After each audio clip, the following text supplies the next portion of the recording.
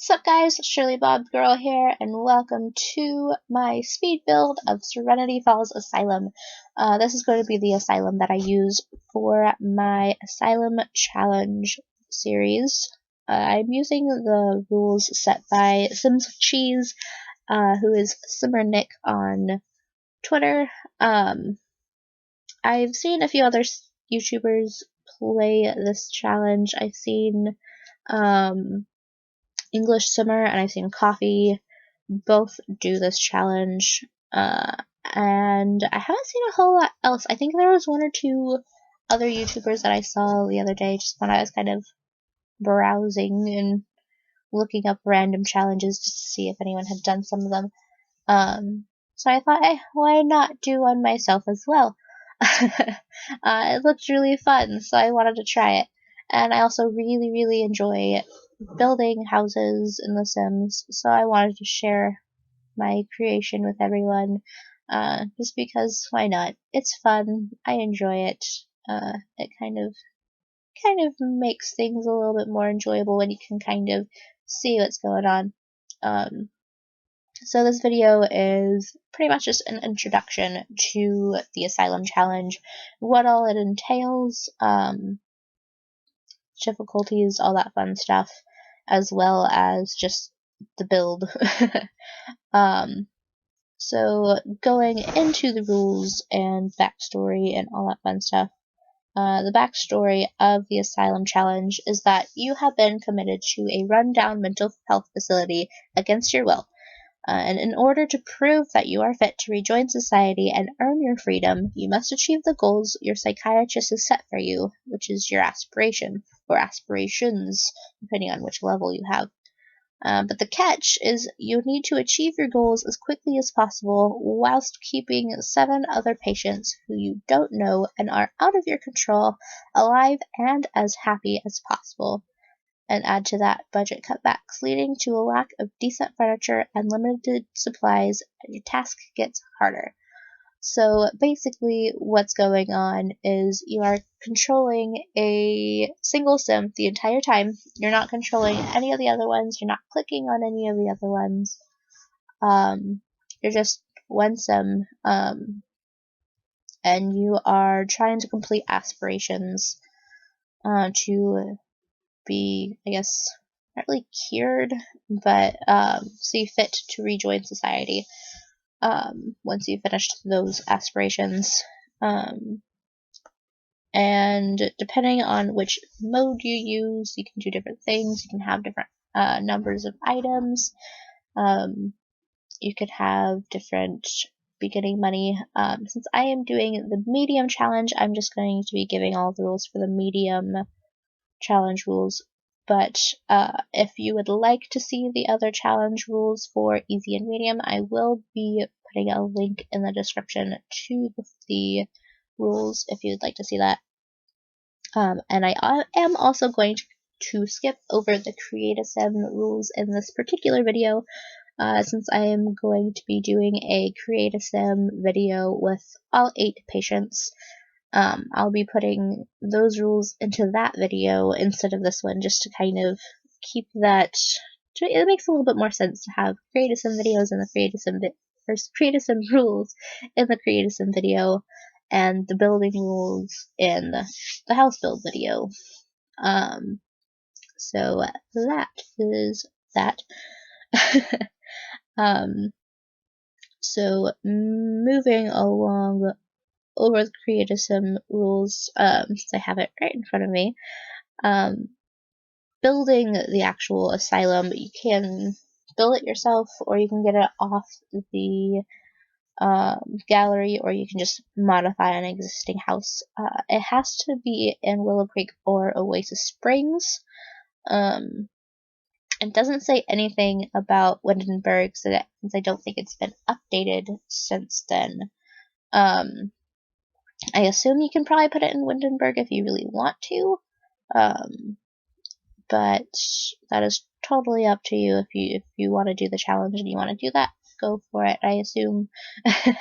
I do not have a get together yet. I do plan on getting it, but not for a while. Poor college student.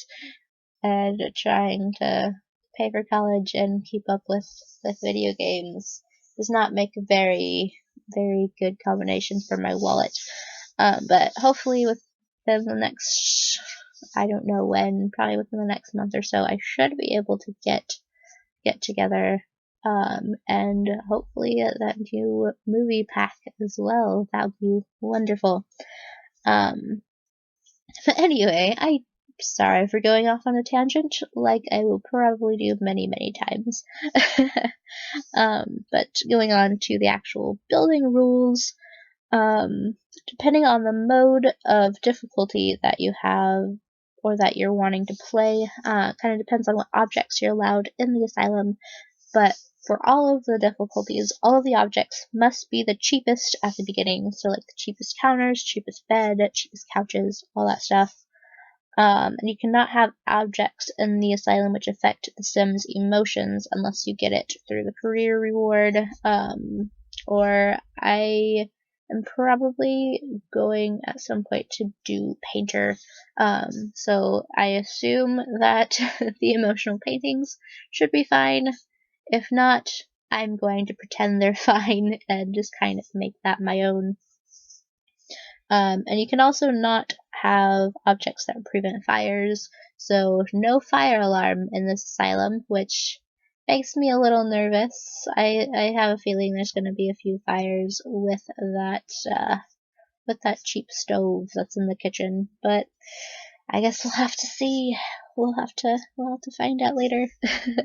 And when you finish building the asylum, you cannot modify it further unless a sim gets stuck in a certain area, or your asylum saves up enough money for a new skill building item, or when you can purchase an upgraded item. And pools are also allowed, but they are classified as a skill building item, which that's where it kind of messed me up with having an extra skill building item, because I forgot that counted until after I finished building everything, which I am not deleting the pool. I'm going to delete one of the other skill building items that I have within the asylum, but I just haven't decided which one yet. So once you've finished creating your asylum, your family funds need to be set to the required amount for difficulty, which for medium is 500 simoleons, which you can use the testing cheats and then money cheat to set it to the actual funds, which I can do that once we get into the actual gameplay and kind of show you guys if you'd like how to do that cheat. I'm totally cool with that. With upgrading items, if the asylum saves up a little bit of money, you can start replacing the cheap furniture and appliances with the higher quality furniture. You cannot buy extra items though, so you can buy, for example, like a better fridge, but you can't have 2 fridges. So it has to stay with a single one. You can only, like I said, you can only replace them, which makes sense. Plus, I really don't want to have to I don't know, like remodel everything just to make a second fridge fit in. Even if that was in the rules, I probably wouldn't do it. And you can also upgrade objects with the handiness skill. Now, if you were doing the hard mode, you cannot buy upgraded objects. You can't buy the better quality objects for anything, but you can still use the handiness skill to make that stuff a little bit nicer, a little bit less breakable. But since I'm doing medium skill, I can buy better objects if I so choose. But since this asylum is so big and I put entirely too many lights all over the place, the bills are going to be quite steep. So I probably won't be buying too much stuff. I'll probably be mostly making money just for the bills, which that kind of stinks, but hey, it's a challenge for a reason. So, which that'll be fine. For the actual gameplay, you must only be selected on your main sim, so you're not allowed to click on the other sims at all to check their needs, to see if they're gonna die or anything. Only the single sim. If you want to, at 12 a.m., you can pause the game and check their inventories just to see if they have any books and food, instruments, or anything like that. I probably won't do that. If they happen to have books and food in the inventory, that's totally their fault for having stinky food or books. I can always buy a book later if I really need to. Cheats, mods, and hacks that boost the Sims' needs or skills are not allowed, and high free will must be turned on so that the other Sims actually do things for themselves. They don't just kind of stand around and do nothing, waiting for you to tell them to do things that you're not going to tell them to do. You're not allowed to use your inventory to reserve things for yourself. So you can't put like books or instruments in your inventory just to keep them from the other Sims. That's not a good thing. And you can't rearrange furniture to reserve or use things for yourselves. So you can't like throw a TV into one of the bedrooms and turn it on to get one of the other Sims awake and out of bed so you can sleep in it yourself. That's kind of rude. And just against the rules, you can't remove doors. You can't, I assume you can't lock doors. That probably is very against the rules as well. So basically no taking things and hogging things for yourself.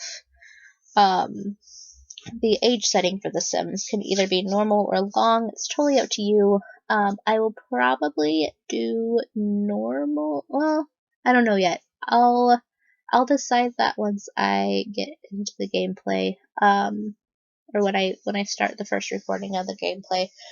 If you have any suggestions which one you think I should do, go ahead and leave that in a comment down below. Just to see what you feel. I have a feeling I'll probably do long, but I wanna know what you guys think.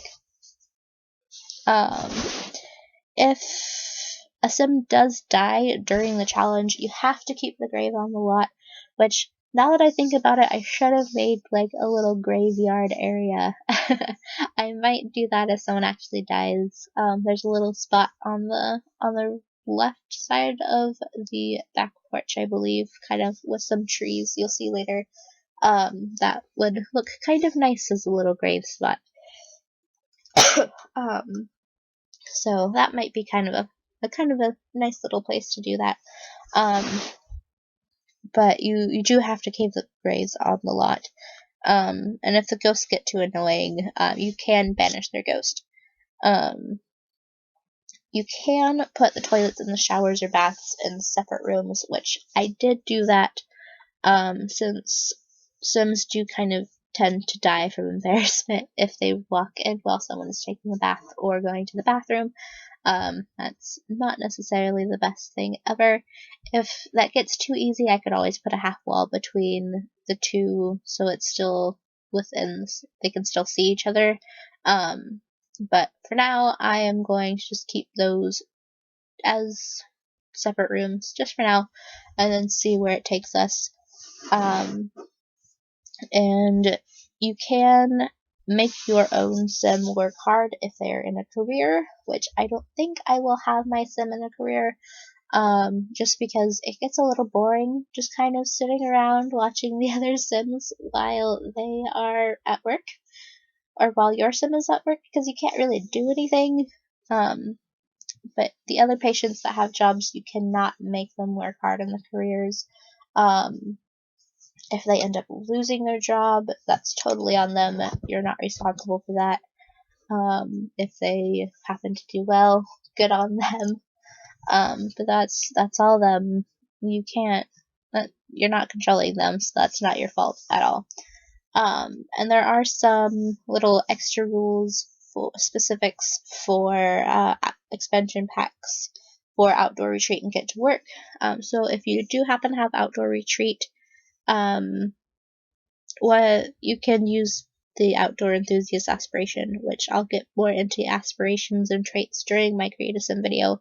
And you can only travel to Granite Falls when you need to complete certain goals for the outdoor enthusiast aspiration. So you can't go on vacation unless it's for your goal or for your aspiration. And when you're traveling to Granite Falls, you have to bring everyone with you, which that's one of the gameplay rules that I'll get into later. I think it talks about it in the difficulties as well. And with the Get to Work expansion pack, which I do also have, alien patients are allowed, which I believe I've planned to use 2 aliens within this challenge. Active careers, however, are not allowed since they require leaving the lot. But that doesn't really help me since I'm not going to be having my sim have a career.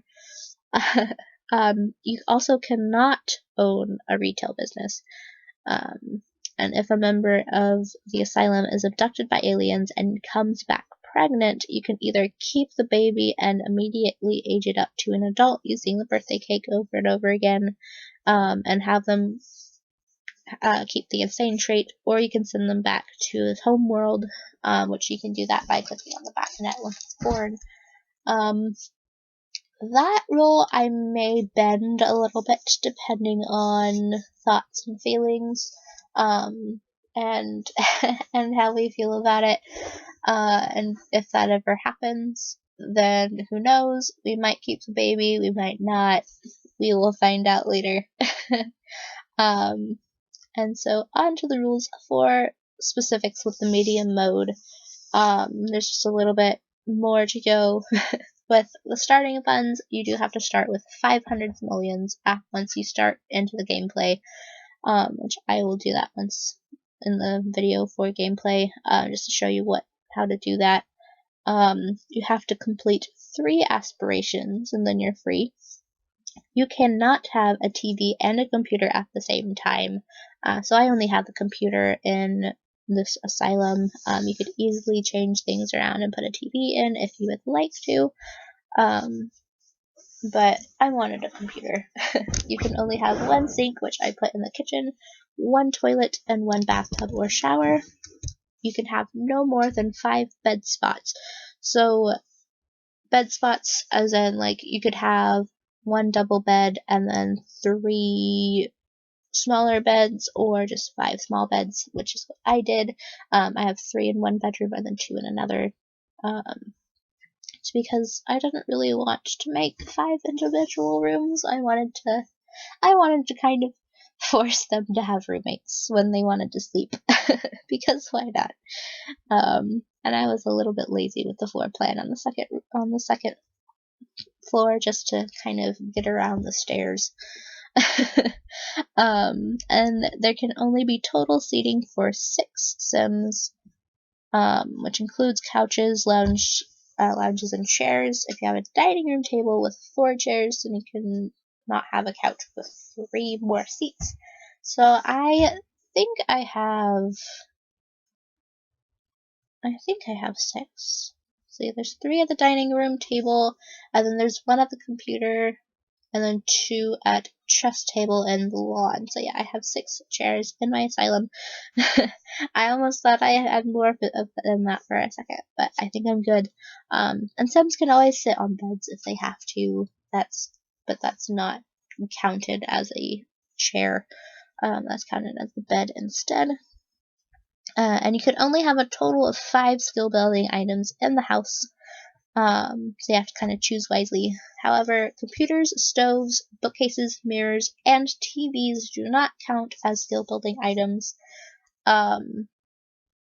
I accidentally put 6 skill building items. I have the easel, and then I have a woodworking table, the pool, the chess table. I have a rocket ship base, which that will be used for one of the aspirations for my main sim. And then I also put a yoga mat, which I think I'll end up deleting the yoga mat just because I have one too many skill building items, and I really like the other 5 items that I have in the asylum. You can, or, wow, I can't speak apparently. Only 2 of the non-controllable Sims are allowed to have jobs. Both have to be in the criminal career, and then your main Sim can do whatever they want. But again, I'm not having my main Sim be in any of the jobs. But the 2 non-controllable Sims, like I said, have to be in the criminal career, since that is the lowest paying job. So they're not making all of the money. You're not allowed to have maids or pizza. You can leave the lot to go fishing and collecting between the hours of 7 a.m. to 5 p.m., and you can only travel to other people's houses and community lots between 9 a.m. and 3 p.m. And when you're traveling, you have to take everyone with you. You can't leave anyone there unless they're at work. And if a Sim dies, you must delete 1 seat until 1 seat is remaining with every death. And here's just some of the screenshots. That's all of the rules. I'll get into the actual Create a Sim rules once I do the Create a Sim video. Here's back one. There's the entryway, which I did kind of edit a little bit for that landing there. I had noticed that it kind of accidentally looked down into the toilet and bathtub rooms, which is not a good thing. So I did kind of change it up a little bit just to give a little bit more privacy so people weren't looking down into the bathtubs all the time.